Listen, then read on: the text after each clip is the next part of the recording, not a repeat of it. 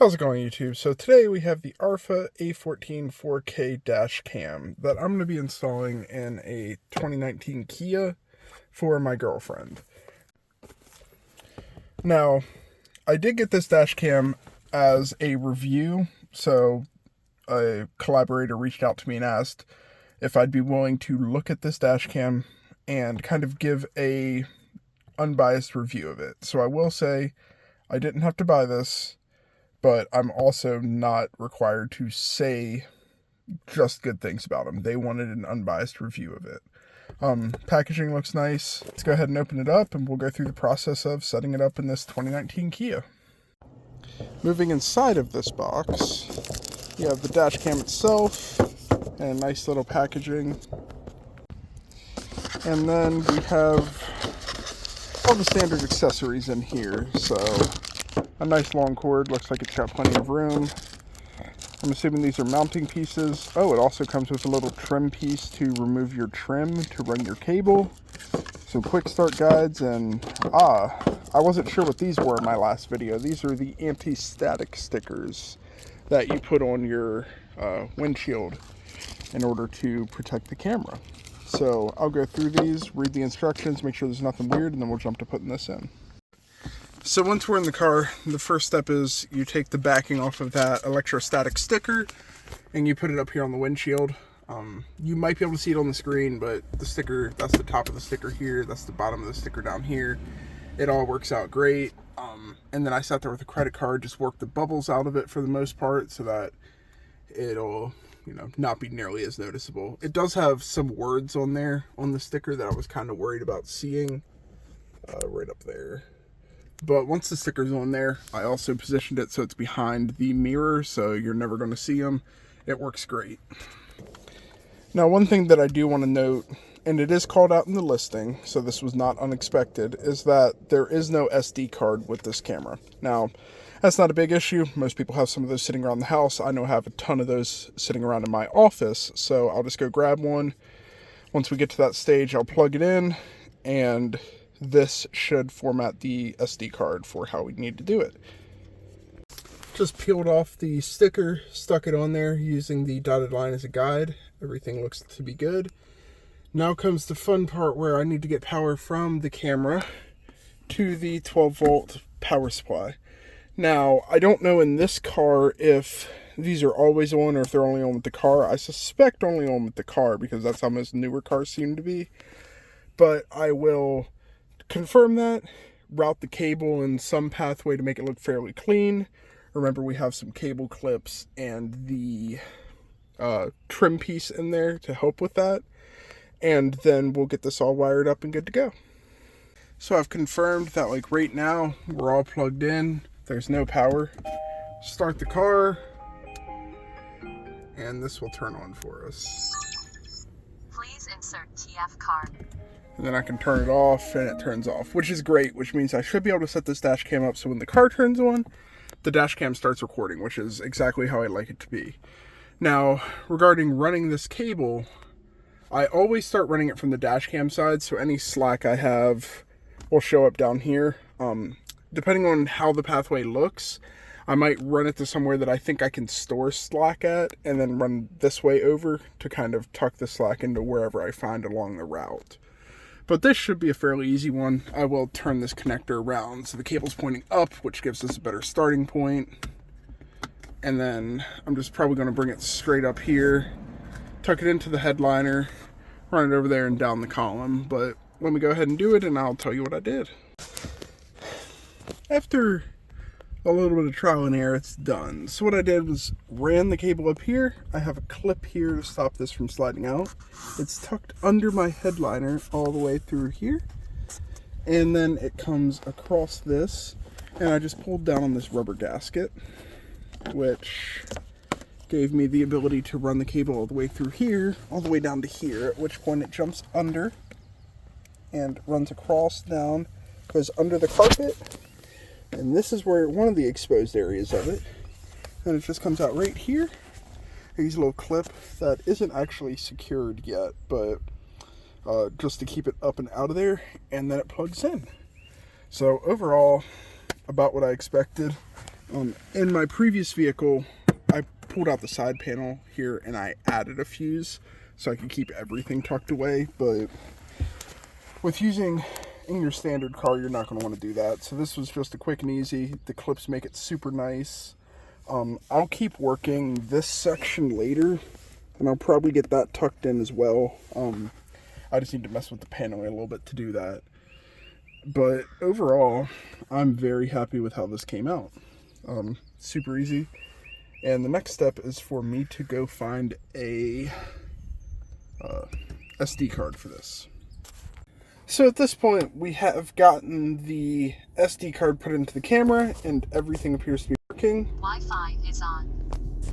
As you just heard, Wi-Fi is now on, so I should be able to come to my Wi-Fi here. And it should find a new Wi-Fi. Yep, A14, we'll click on that. The password for this is 12345678. And that's just coming straight out of the user manual here. Wi-Fi is connected. And now we should be able to go to this. It's just saying there's not actually Wi-Fi there. That's fine.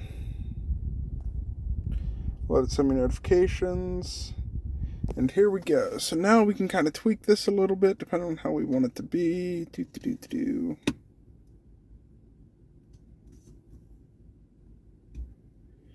Probably right about there for me is good. Now we can save a little snapshot. Let's see, stop recording. And see that we have this.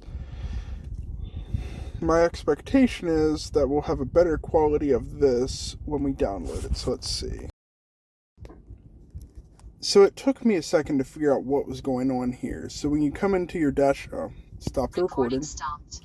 Go into your dash cam album, and then you can save a picture, and it tells me file already exists because I already downloaded this.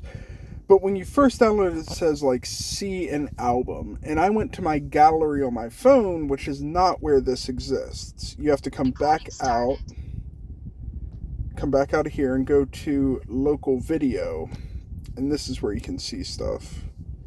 And it seems like a pretty solid thing. I'm gonna have to blur that out because that shows geolocation, shows miles per hour.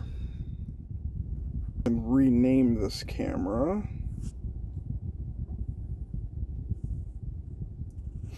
Turn off the logo because we don't really care about the logo. Geo information. So I do really like that this one does speed. That I don't believe the other camera that I reviewed last time does speed, and honestly that might be something that I would like to see in all my cameras, because keep in mind when your dash cam's up here, you're not able to see your speedometer. So if you're, pulled over or suspected of speeding, this can help with GPS stamp, time stamp, speed stamp. Like, that's really nice. 60 hertz frequency, yep. Month, day, year. No, this, I really like this. As you can see, I just put an 8 gigabyte SD card in. That's perfectly fine. We'll go ahead and format it. Formatting TF card. Just Please because... do not disconnect the power. Format successful. Okay, so that was real quick, and it verbally tells you from the camera at every step. You're hearing the camera along with my voice. It does say to format the card when you put a new card in, so we now have that, and we see, yep, 7.5 gigs on our 8 gig card. Exposure, I'm going to leave that, but you can tweak it. 1 minute loop recording, 3840 by 2160. We can turn off audio, we can turn on audio. Recording started. And what we'll do now is we'll go ahead and get off of the Wi-Fi dash camera, which will disconnect us from this. So if we come down and we just turn off Wi-Fi, is disconnected. And now we're out of the camera. So overall, my first impressions of this dash cam are really good, and I'll step outside, show you what it looks like from outside, and explain why. So coming out of the box, I was a little underwhelmed by the fact that it didn't have an SD card. Even though, as I said, that's not a big deal, but just an extra step. But one, it goes in there pretty clean, and I know the windshield's dirty. That's on the outside. I'm going to be cleaning the car in the next couple days to get everything cleaned up. But it's pretty discreet, non-noticeable, especially when you're sitting. It's all tucked behind the mirror, which is the way that I like my dash cams. You have GPS location, you have speed location, time. It syncs time from your phone, so it automatically has the right time associated with it. And it just seems really nice. I'm definitely going to try it out for a while.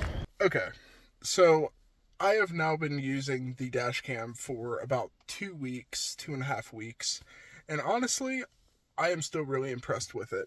I did tweak a couple things on this dash cam. One, it seemed to kind of talk randomly at times, saying like Wi-Fi off, Wi-Fi on, just every now and then. And it wasn't like in every drive. It was, 2 or 3 times in the 2 weeks. It would turn the Wi-Fi off and back on.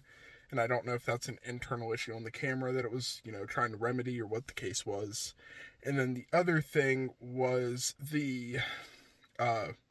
it would do locked video or emergency video fairly often.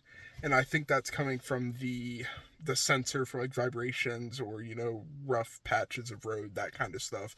Essentially, so it's trying to see if you get in a wreck, it locks the video and keeps it. I ended up turning the sensitivity of that all the way down, and that seems to have taken care of most of the problems. So my girlfriend is much happier with this, with it not speaking at her, but it seems to be a great dash cam. Shows coordinates accurately, shows speed accurately, and I think it's a great dash cam solely based off of those features. There's a lot of other stuff in it that I also think is great, but the coordinates and the speed are really things that I think would be a selling point for me. So I recommend this dash cam. The link will be down in the description.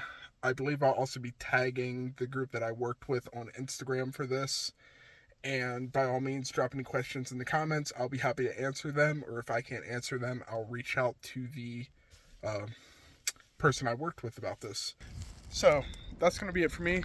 This is the Arpha A14 4K dash cam. That seems to be a really solid purchase it's listed at $110 on Amazon, but I believe there's a $30 or $40 coupon currently, which brings it to a very reasonable price for all the features that it's packed with. I'm going to probably end up buying another one out of my own money for one of my other vehicles, but other than that, it seems solid. Let me know your thoughts down below, and until next time, thanks for coming.